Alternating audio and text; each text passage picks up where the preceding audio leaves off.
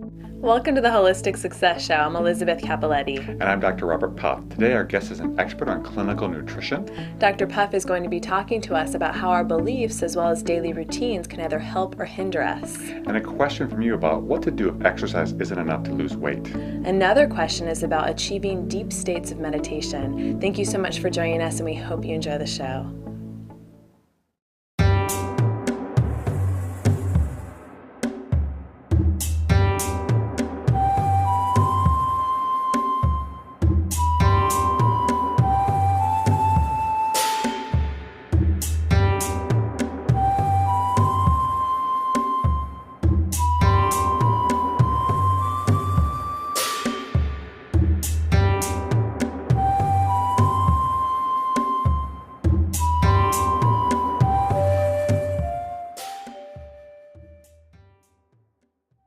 I want to talk about beliefs, what our beliefs are, and how they affect us.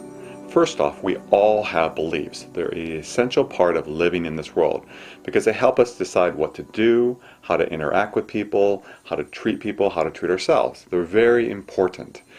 And we get them from our upbringing, from what we were exposed to, the media, our friends, our family, our church, our school, and they shape us. You know, we may be Republican, we may be Democrat, we may be Muslim, we may be Christian. They're part of our system of how we interact with the world, and they're important. The important thing, though, to ask yourself is, how are your beliefs working? And there's two parts to that. The first one is, how are they helping me to interact with the world? Are they helping me to be loving towards people, kind, gentle, supportive, reaching out? If that be the case, then those are the beliefs you want to embrace. The other beliefs you want to look at is, how do they help me interact with myself? Are they helping me be loving and kind and gentle towards myself? Are they helping me to be motivated to grow? Are they inspiring me to develop myself to the fullest potential? Again, if that be the case, keep them. Now, beliefs can also be negative. They may cause us, in extreme cases, to be a terrorist. They're based upon beliefs. Again, they're conditioning. And there are subtler forms. You may have a prejudice against like the opposite sex and treat them poorly because of your upbringing. So ask yourself, how are my beliefs working? And if they're not working well, if they go in the camp of they're really not helping me treat others well or treat myself well, then you have two options.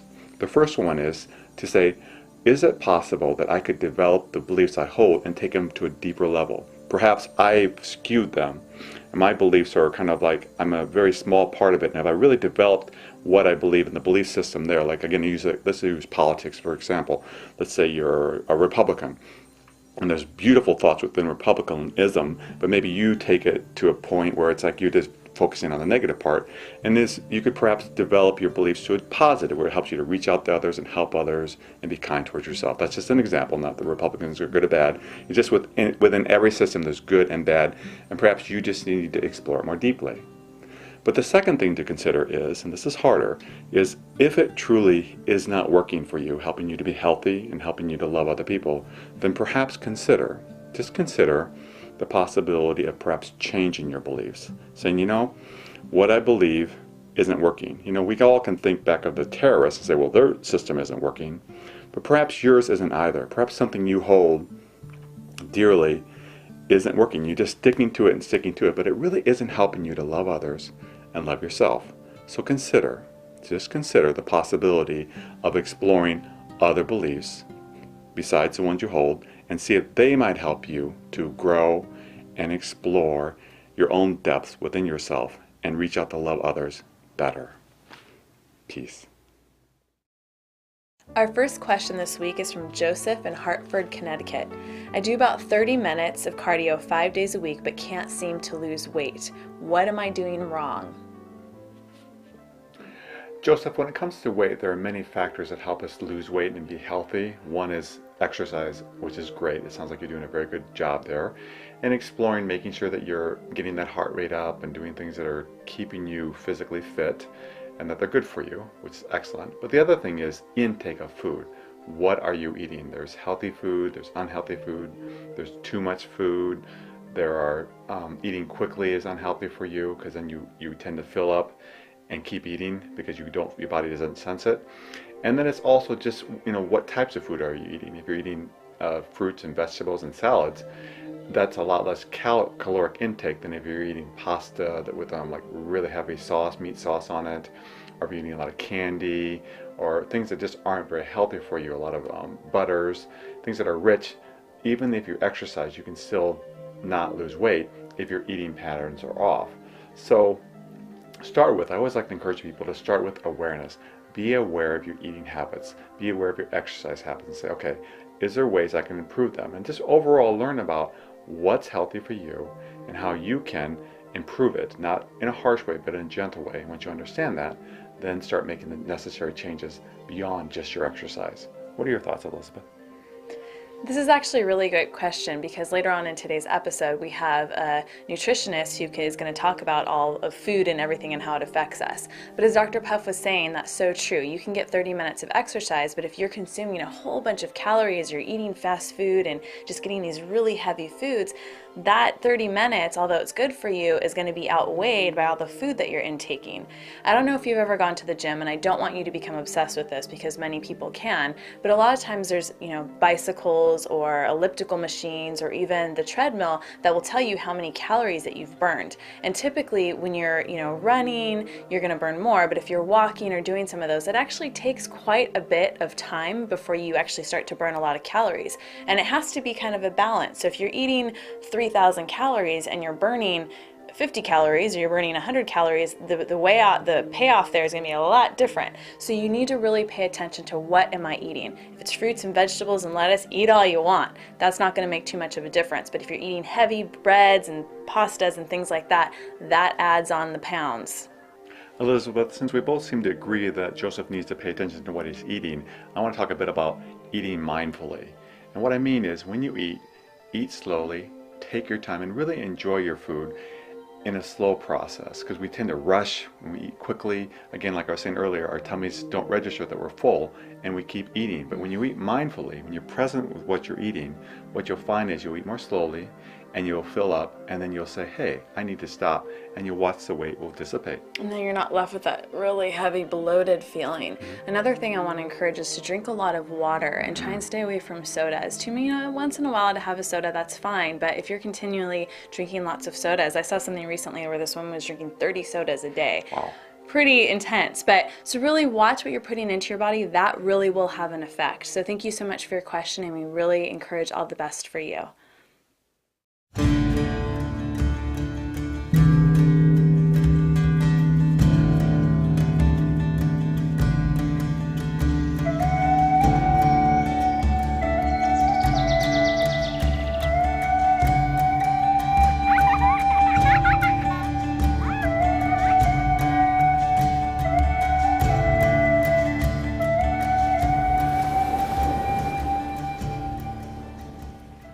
Stem cells play a vital role in our body's ability to heal, but become less effective as we get older. StemKine is a daily supplement that has been clinically proven to increase stem cell circulation. Research has shown that circulating stem cells boost our ability to prevent or recover from injury, disease, or chronic conditions. Your stem cells can help you repair, restore, and regenerate.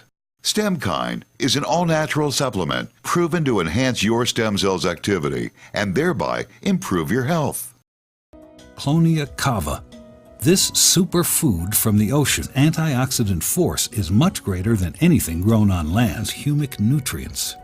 Considered the essence of life, it's what helps plants grow naturally, has been shown to have incredible potential immune-enhancing properties.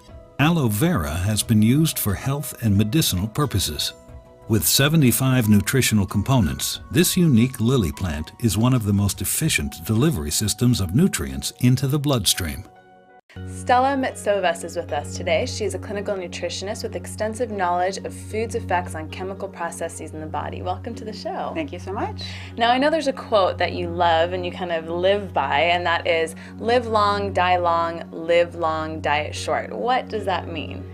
So basically, when I was a student at Chapman University, one of my professors opened up a lecture by that quote, live long, die short. So basically what that means, you have an example of a person who's living long and dying long. That would be the typical person that is taking one or more pharmaceutical prescriptions, it would be someone that is completely inactive, someone that is not happy at the age of, say, 75, someone that is suffering, someone that is having joint problems.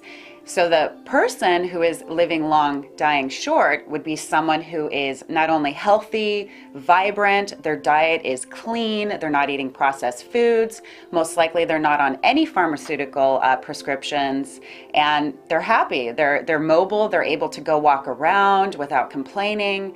So I would love to live long and die short. I don't know about you, but that's definitely what got me interested in the nutritional sciences, because I believe the root cause of all diseases is the food you consume and how your body metabolizes it.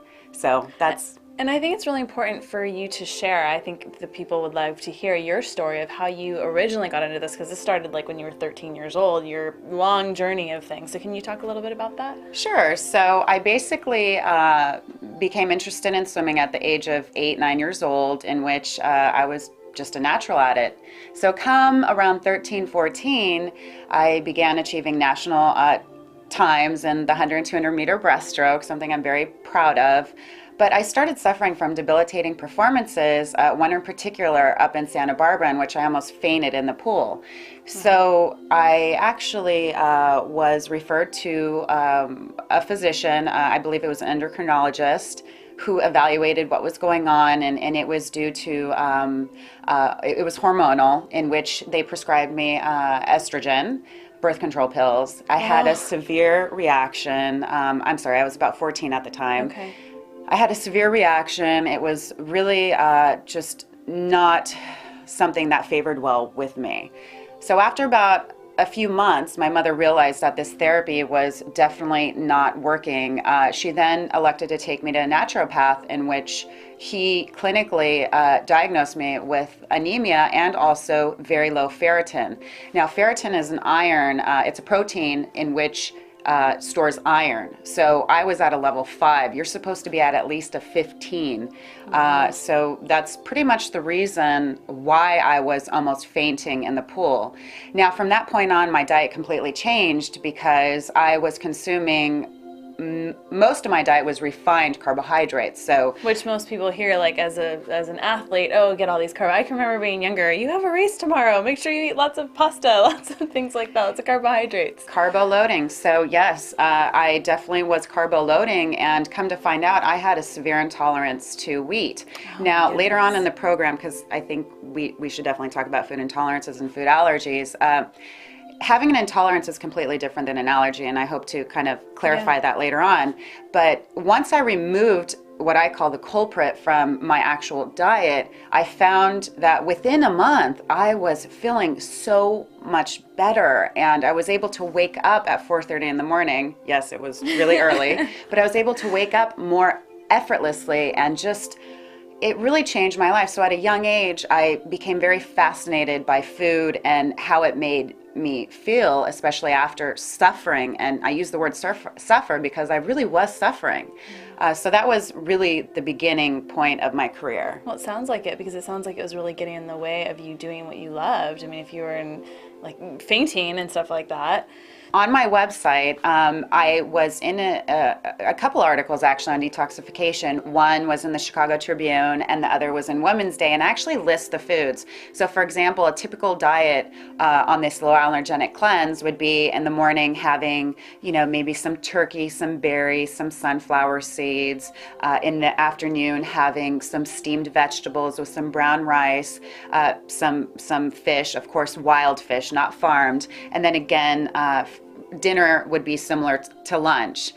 You do that for at least 3 weeks, and of course you note all the symptoms prior to beginning, and then keep a basic journal. You don't have to write a page, but just keep some of your thoughts in line with how you feel changing your diet so drastically, because it is a drastic change for most people. Mm-hmm. Most people that come in to see me are shocked as to what whole food really is.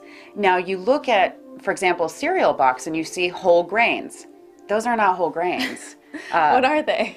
Well, you have the fiber that comes from whole grain, but the actual whole grain is I use another quote. If it comes from the ground or makes a sound, consume it. So you're not going to have a cereal box coming from the ground that is not a whole grain. It is a grain, Yeah. but is not whole in nature. And so, for example, once you remove all of these foods, it is really important to note that when people detox, you actually will experience maybe a slight headache. You'll experience more bowel movements. You may sleep more effortlessly. There are definitely symptoms that are correlated. I've never had one client that has not experienced at least one thing. Wow, what a difference. Now, I think it's really interesting. You were talking about breakfast, and before we were chatting a little bit about what your breakfast is, which is quite different than what most people are used to. So can you share with us what that was? Yes, so many people ask me, so what do you eat? Family members, friends, you of course. So this morning I had a little bit of turkey that I make myself at home, and I had a little sweet potato with some cold pressed extra virgin olive oil and a little bit of Himalayan sea salt. And most clients that I transfer from a typical oatmeal breakfast, which really does nothing for you because it's starch, you do have some fiber in there, but I can guarantee you I had more fiber in my breakfast today than the traditional oatmeal. Of course, I had the skin of the sweet potato. Yeah. I consume lunch and dinner foods for breakfast, and I feel very well sustained throughout the day. Most of my clients, I would say all of my clients, definitely feel much better. Most do not go back to the traditional breakfast style foods. And I encourage you to try it. And another great part of that diet is you look amazing. So thank you so much. Yeah. So if people want to get a hold of you, what's the best way to do so? You can log on to my website, which is www.weightlessnutrition.com, or you can reach me via phone at 949-612-6345. I have an additional practice up in West Los Angeles, and also my practice is located here in North Laguna Beach. Thank you so much for joining us and sharing your wisdom with our viewers. Thank you so much. Not feeling the way you want to feel? Isolated? Worried? Frustrated? Or is your child struggling? There are lots of labels. Our body is a system. It can affect our feelings. Sometimes you need a little help to understand what is happening, to make a plan for improvement, to take control of your body and mind. Insightful Minds, Psychiatry for Children, Adults, and Families. Call us for an appointment or go to insightfulminds.org. Are you frustrated at work, feeling overwhelmed and disconnected, losing all hope? What if you could see things differently? Learn how to shift your focus and see that the keys to success are truly in your hands. Learn how to work as a team again and love your job, ultimately finding the success you're looking for. Success beyond your imagination, available at www.holistichelp.tv. There are hundreds of interventions that claim to help children with autism around the world, but only one is proven to be effective. Pacific Child provides state-of-the-art and evidence-based techniques known as applied behavior analysis. Pacific Child is a leading ABA agency providing services to children and adults with autism. Our high-quality team approaches their work with dedication, caring, and respect. Pacific Child, making a world of difference. Routines. We all have them. They help us decide what to do every morning, what to do throughout the day, so that we don't get overwhelmed with life. For example, you may get up in the morning and have coffee and some eggs and bacon, and so you know what to do. So when you wake up, you don't have to think about what you're going to do. And we have them obviously throughout the day. We may come home and watch some programs and then read before we go to bed. And these are routines that we create that really help us get through life so we don't get overwhelmed by life. Now, routines can be obviously good for us, but they can also be not so good for us. So what I would like you to do, if you don't mind, is to explore your routines. Ask yourself, okay, if I do this today, what am I doing? First, what am I doing? And say, if I continue to do this day after day, week after week, month after month, year after year, what's this going to look like? If it's a healthy routine, for example, let's say you Monday, Wednesday, and Friday go to the gym, Tuesday and Thursday you go for a walk, and on weekends you get out in nature. Awesome. Really good routine. And the great thing about routines is they stick. We get used to them and we just tend to do them. Like for me, I meditate twice a day. First thing when I get up in the morning, and the last thing when I do at night. And I'm so used to it because I've been doing it for decades. I don't not do it. I just don't not do it because I'm used to it. So routines can have a really positive impact on us. And I encourage you to have positive routines. But that's really the key there. Are your routines positive? For example, you may say, hey, I work hard during the week, and then when the weekend comes, I want to get out there and have a good time. And that for you entails partying, drinking. And you say, Dr. Puff, it's not a big deal. I only do it on the weekends. And how's that going to matter? Say, it may not. But 20 years of doing that may develop into a severe form of alcoholism. If, again, you always have desserts, where I grew up in the Midwest, we often had desserts. And you say, well, how's a dessert a big deal? It isn't. But 20 years of dessert can put on, 30, 40, 50, 100 pounds and cause heart disease and high blood pressure and diabetes and a lot of other effects. So whatever your routine is, ask yourself first, is it healthy? And if it's healthy, keep going. But if it isn't healthy, cultivate a new routine, because whatever routine you get used to, you really get used to it. Again, for example, I get up in the morning and make myself a half a gallon of organic juice, and that's what I have until lunch. That's a healthy routine. And the effects of doing that, for now many, many years, is I just don't get sick. I just really almost never get sick. And so if you develop healthy routines, they're good for you. And that's what this show is about, teaching you what are healthy things to do. But you may have unhealthy routines.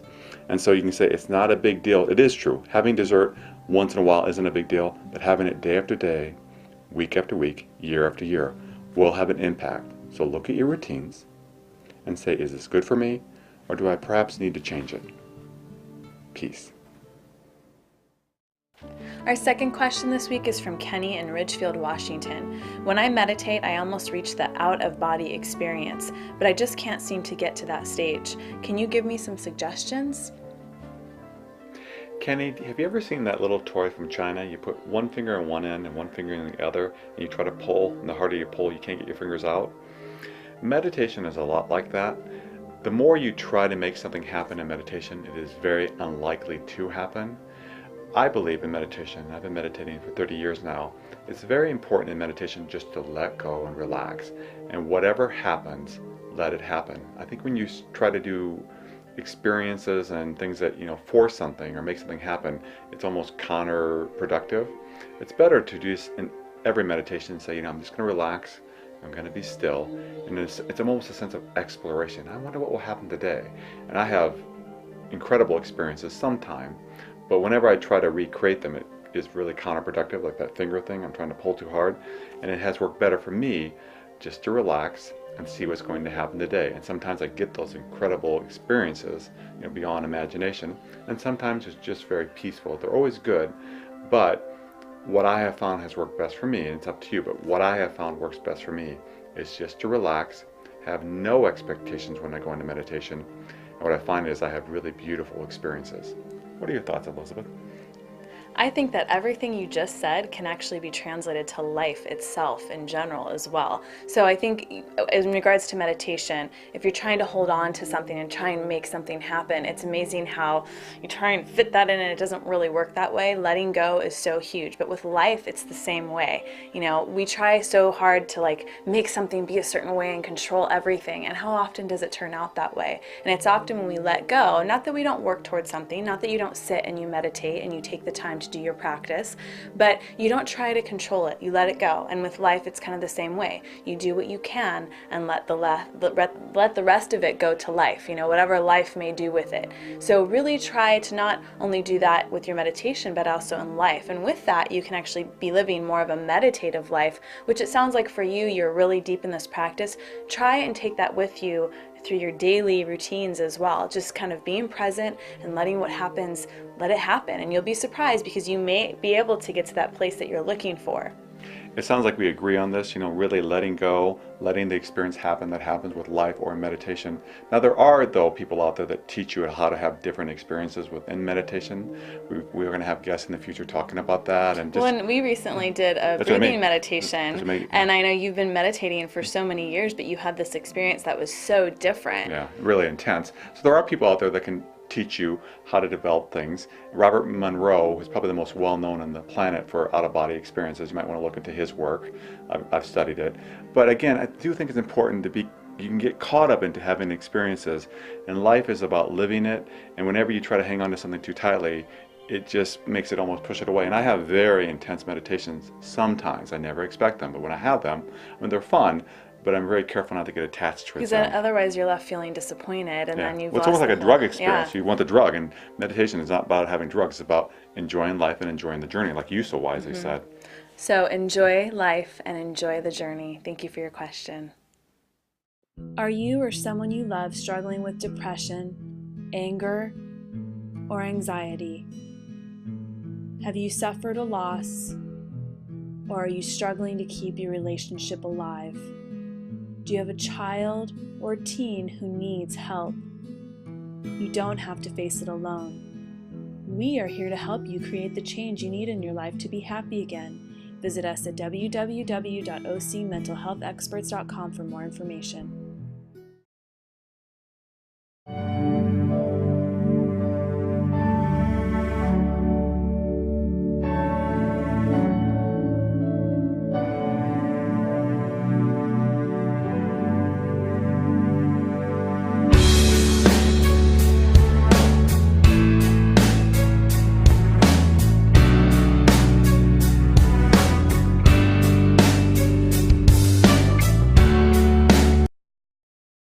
Co-hosts of the Holistic Success Show, Dr. Puff and Elizabeth Lozano, MA, want to teach you how to live a meditative life. Learn to still your mind, diminish negative thinking, experience peace and bliss, and be 100% present in the moment. Retreats provide a unique opportunity to learn new skills, meet new people, and interact with Elizabeth Lozano and Dr. Puff. For information or reservations for upcoming retreats, please visit holisticretreats.tv. Expand your capacity for joyful living today.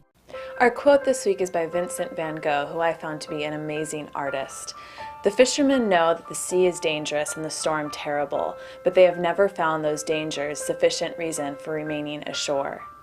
So what dangers are you allowing to prevent you from growing and becoming what you can be? Thank you for joining us on the Holistic Success Show. If you've enjoyed today's episode, please view some of our previous episodes on our website. And if you have a company or organization and would like to learn about sponsorship or advertising opportunities, please visit our website. And a special thank you to Jean Marie Boutique in South Laguna for today's fashions that I'm wearing. Thank you so much, and we hope you enjoy the week.